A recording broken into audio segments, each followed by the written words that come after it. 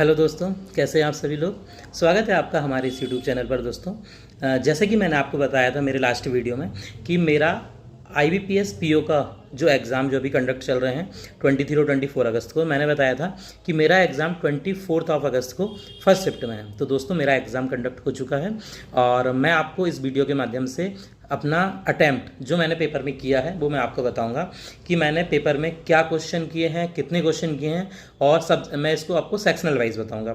तो दोस्तों वैसे तो सभी लोगों को पता होगा कि पेपर में क्या सेक्शन से या फिर क्या सीक्वेंस वाइज सब्जेक्ट खुल रहे हैं, जैसे कि लाइक सबसे पहले रीजनिंग खुल रहा है, देन इंग्लिश खुल रहा है, उसके बाद मैथ्स का सेक्शन खुल रहा है।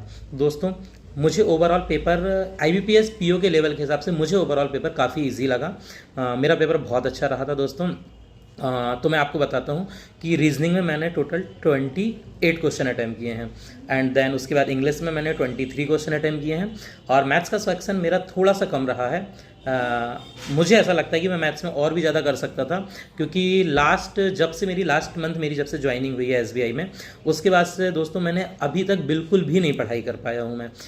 बस मुझे कभी कभार थोड़ा सा समय मिलता था तो मैं मैथ्स के कुछ क्वेश्चंस लगाता था और बाकी बहुत ज़्यादा नहीं लगाया था। मैंने मॉक टेस्ट तो मैं एक भी नहीं लगा पाया था, मैं आपको बताऊँ तो दोस्तों। अगर मैं शायद मॉक टेस्ट लगाता तो मैं और भी क्वेश्चन अटैम्प्ट कर पाता था, लेकिन फिर भी मैंने मैथ्स में 22 क्वेश्चन अटैम्प्ट किए हैं। और चलिए दोस्तों, तो फिर मैं आपको बताता हूँ पेन और पेपर के माध्यम से कि पेपर में क्या क्या क्वेश्चन आए थे, किस किस टाइप के क्वेश्चन आए थे। जो मुझे थोड़े बहुत याद हैं वो मैं आपको बताता हूँ कि पेपर में क्या क्या आया था। ठीक है दोस्तों, तो चलिए देखते हैं। तो दोस्तों ये रहा एग्ज़ाम IBPS PO 24 अगस्त फर्स्ट शिफ्ट का। तो दोस्तों स्टार्ट करते हैं रीजनिंग के सेक्शन से, जो कि सबसे पहले खुल रहा है। जैसे ही मेरा पेपर स्टार्ट हुआ था सबसे पहले मुझे सिलॉग्स मिले थे। सिलॉग्स के टोटल 3 क्वेश्चन थे। इसमें तीनों के तीनों जो क्वेश्चन थे वो ओनली अ फ्यू वाले थे, ठीक है ना, जो कि आजकल इस समय बहुत ज़्यादा ट्रेंड में है। उसके बाद मेरा सेकंड क्वेश्चन था, स्पेलिंग वाला क्वेश्चन था, जिसमें से स्पेलिंग दी हुई थी, उसमें से आपको फर्स्ट, फोर्थ, नाइन्थ, सेवन्थ इस टाइप के वर्ड से एक स्पेलिंग वाला वर्ड बनाना था, जो कि मैंने नहीं करा हूँ, ठीक है। और अगला क्वेश्चन था ये कि मैंने एक रैंडम वर्ड लिख दिया है, मतलब कि इस टाइप का क्वेश्चन आपके सामने आया था कि ये सिक्वेंस में लिखा था और इनका हमें पेयर सर्च करना था, जिसका आंसर कि 4+ पेयर बन रहे थे इसमें। ये हुआ एक। उसके बाद पज़ल थी, एक पज़ल जिसके टोटल 5 क्वेश्चन थे। पज़ल इस प्रकार से आई थी कि फ्लोर और फ्लैट बेस्ड पज़ल थी। 2 फ्लैट थे, P एंड Q। P जो था वो Q के वेस्ट डायरेक्शन में था और टोटल 4 फ्लोर थे। एक ही बार में बन गया था ये। अगर आप इसको 2 पॉसिबिलिटी लेके करते तो एक ही बार में बन जाता। दूसरा पज़ल था 14 पर्सन वाला, जो कि नॉर्थ एंड साउथ बैठे थे। इसमें कोई भी वेरिएबल नहीं था, सिर्फ सिंगल पर्सन वाली ही पज़ल थी। और फिर एक अनसर्टेन पर्सन वाला था, जिसका टोटल आंसर 18 आ रहा था। इससे केवल 3 क्वेश्चन बने थे। एक डेजिग्नेशन वेज थी, जिसमें कि 6 पर्सनस थे और केवल एक वेरिएबल था, ठीक है ना। अगला पज़ल थी ईयर बेस्ड पज़ल थी, जो कि मैंने नहीं करी है ईयर बेस्ड पज़ल, ठीक है ना, क्योंकि टाइम खत्म हो गया था। 3 क्वेश्चन इनइक्वालिटी के थे और 3 क्वेश्चन डायरेक्शन एंड डिस्टेंस के थे। डायरेक्शन एंड डिस्टेंस थोड़ा सा, इसको आप कह सकते हैं कि थोड़ा सा ज़्यादा स्टूडेंट्स को मैशअप करने वाला था, क्योंकि बहुत ज़्यादा मैशअप हो रहा था उसमें डायरेक्शन एंड डिस्टेंस में। तो दोस्तों इस प्रकार से इसमें मेरे टोटल 28 अटैम्प्ट हुए हैं। और इस बार मैं रीजनिंग के सेक्शन में 1 क्वेश्चन 1 मार्क्स का ना होकर एक क्वेश्चन जो है वो ज़्यादा मार्क्स का, क्योंकि टोटल 35 क्वेश्चन जो है ना वो 40 मार्क्स के हैं इस बार। तो इसमें हर क्वेश्चन में मुझे ये अप्रॉक्स समझ सकते हैं कि 28 में से मुझे 30 या 31 मार्क्स मिल सकते हैं इसमें। नेक्स्ट सेक्शन की बात करते हैं दोस्तों, RC की, इंग्लिश में RC आया था। 8 क्वेश्चन आए थे, जिसमें 2 सिनोनिम्स पूछा गया था, एक का एंटोनिम्स पूछा गया था और एक फिलर था। और बाकी के 4 क्वेश्चन में जो थे वो RC में से थे, है ना। तो 2 सिनोनिम्स जो थे वो मुझे ऐसे तो याद नहीं है, लेकिन ये एक ही बार में जैसे किसी एक का आंसर शायद गेन भी आ रहा था, क्योंकि उसका प्रॉफिट से संबंधित था। दूसरा मुझे याद नहीं है। और एंटोनिम्स भी बहुत ईजी था, एक ही बार में समझ में आ गया था। दूसरा वाला जो क्वेश्चन मैं आपको बताऊं सिनोनिम्स, इसका जो आंसर था ना डिक्रीजिंग से संबंधित था, क्योंकि उसका जो वर्ड था ना वो एक नेगेटिव वर्ड था। तो ऑप्शन में नेगेटिव वर्ड सिर्फ एक ही था, वो ऑटोमेटिकली मिल गया था। और उसके बाद मैं आपको बताऊँ तो 5 एरर जो थे वो सेंटेंस बेस्ड एरर थे। ये जो सेंटेंस बेस्ड एरर थे, इनमें ऐसा नहीं था कि आपको एक ही सेंटेंस में 5 पार्ट दिए हैं ABC करके।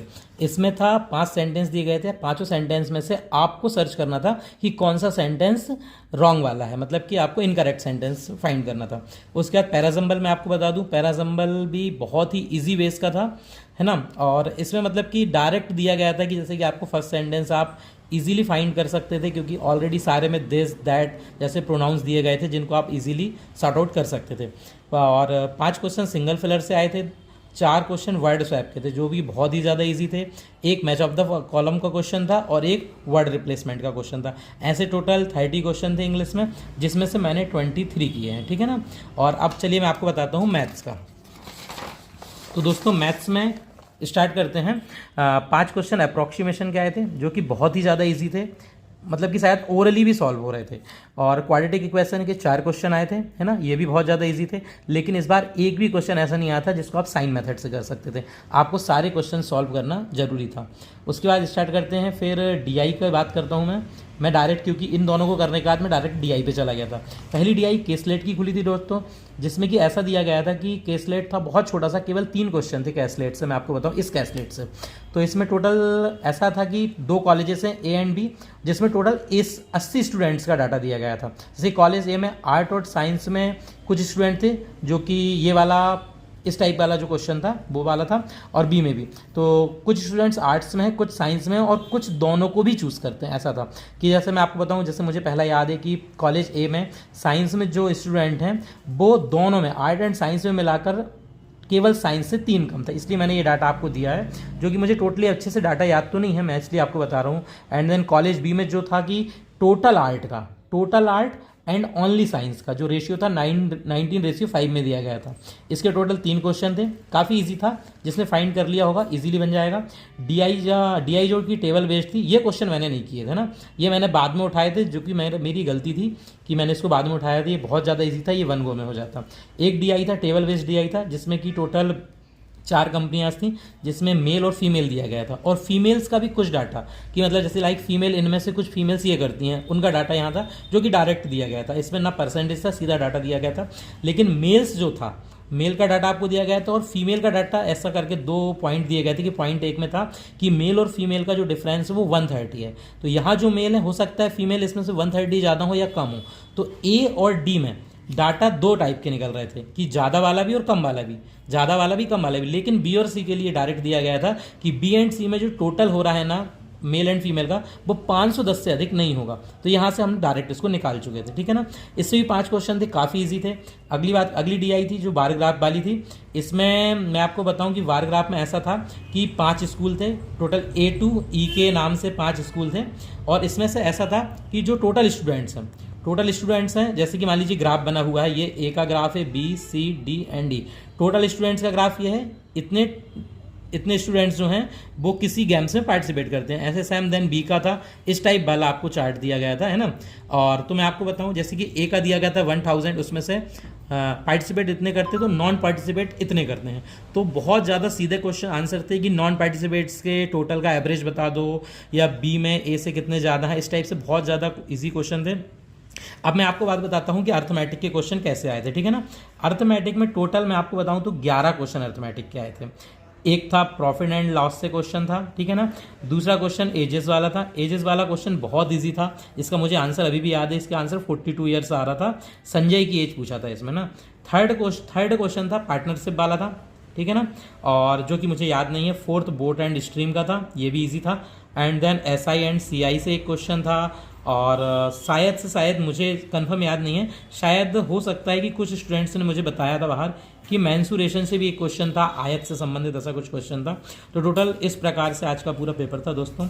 आप लोग मुझे कमेंट बॉक्स में ज़रूर बताइएगा, शायद अगर मेरे से कोई क्वेश्चन मिस हुआ हो या मैंने आपको गलत गाइड किया हो, तो आप मुझे कमेंट बॉक्स में ज़रूर बताइएगा कि आपका क्या क्वेश्चन रहा था, और अगर आपका फर्स्ट शिफ्ट में एग्ज़ाम था तो आपने कितना अटैम्प्ट किया है, या नेक्स्ट शिफ्ट में आपका एग्ज़ाम है तो आपने और भी कितने अटैम्प्ट किए हैं, ये मुझे आप सेक्शनल वाइज बताइएगा दोस्तों।